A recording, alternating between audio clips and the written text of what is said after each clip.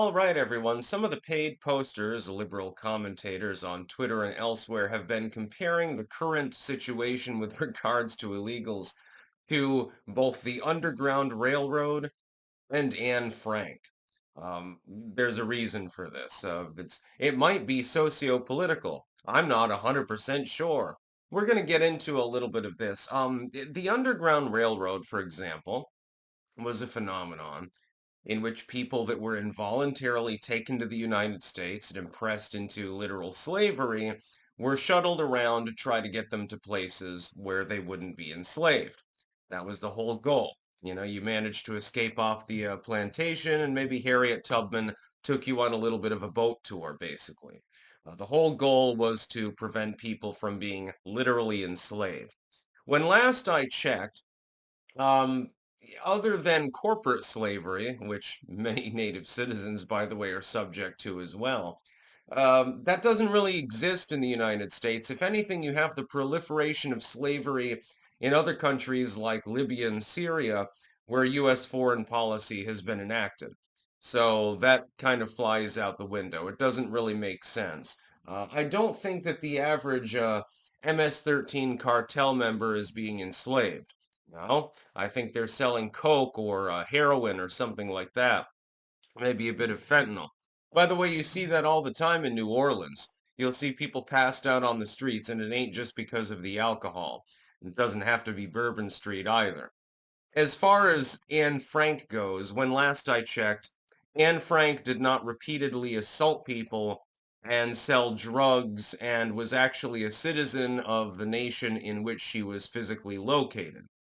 That's a little bit different now, isn't it? There are different circumstances with regards to these particular situations. But this is lost on the average liberal.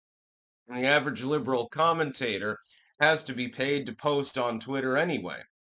You look at Brooklyn Dad Defiant or Harry Sisson, some of these other morons out there. They're being paid to post what they're posting. That means that it's usually incoherent. It's incoherent because the liberal movement right now is incoherent. What's happened is that they've got a breakdown in leadership and they don't even understand what the hell they're saying half of the time. And the other half of the time, they don't care what they're saying because they're getting a check. That's basically what's happening with these people. And we know that they're being paid. It's public record. That's the funny part. This is completely moronic. Comparing Trump's deportations, which had been happening anyway to a greater or lesser extent for multiple generations, and the Obama cages and all of these other things, comparing that and the ICE raids and so forth to the Holocaust or to the Underground Railroad period to slavery is completely moronic. It makes absolutely no goddamn sense. Now, I've grown used to people in positions of uniparty political power saying and doing weird stuff. Not knowing what they're talking about or knowing what they're saying, but it's a lie and stuff like that. I've gotten used to that. I've grown callous to it. But this takes the cake. This is even more insane than normal. Now, this is definitely not a normal political cycle that we're going through. This makes the Bush era look normal. This makes the Obama era look normal. It's like, I long for the quiet days of having, semi-recession for several years in a row, simply because the economic situation and the geopolitical situation and the socio-political situation are so goddamn massively fucked up. You can't, with a straight face, unless you're literally getting paid to do so, tell me that exporting an MS-13 member to El Salvador is equivalent to the Nazis grabbing up Anne Frank and then, letting her get typhus. You can't equivocate the two things. It makes no sense. You cannot equate a judge trying to squirrel an illegal immigrant charged with a crime, a significant crime, violent crime. So we're not talking about parking fines or something like that. Trying to squirrel them out and get them out of the courthouse because they know the DEA is there. You cannot possibly tell me with a straight face, unless you're being goddamn paid to do so, that has anything to do with the Underground Railroad and trying to prevent people from literally being slaves. Uh, these have nothing in common. What are you talking about? These people are, there are two kinds of people that are engaging in this sort of dialogue.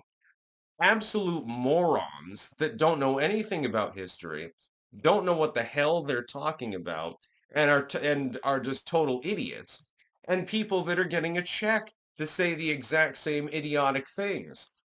Honestly, the latter is better. At least they're getting paid for it.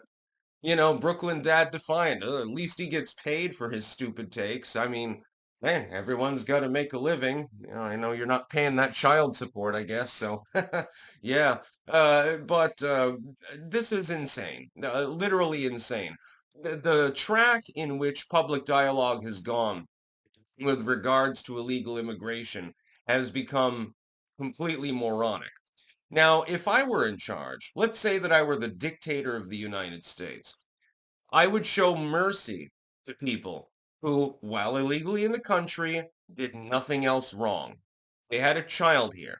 They went to college. At this point, there are so many millions of people that fall in this category, it's impossible to deport them all. It's pragmatically not even possible. I would prioritize things like cartel members and stuff like that. That's what Trump is doing. He's effectively initiated the same policy that I would initiate. I would tell these liberal commentators, if you're going to talk about concentration camps in Anne Frank at the U.S. border, who built the camps? It wasn't Donald Trump. No, no, it was Barack Obama, actually. One of your saviors, one of your liberal heroes.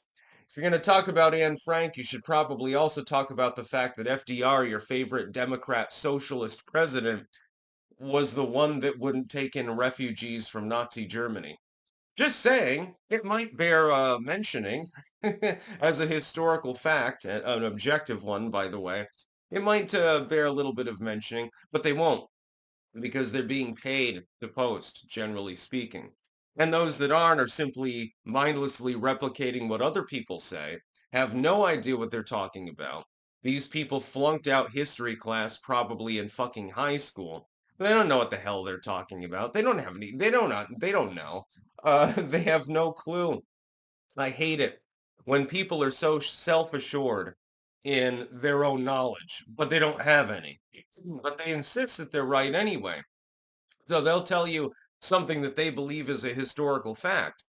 And you're like, well, you're wrong. That's not actually the case. It's not actually the case. But they won't believe you. They get cognitive dissonance the entire time. They are so self-assured in everything that they believe in over and over and over again. I've noticed this is part of the liberal mentality more than anything else. That's about all.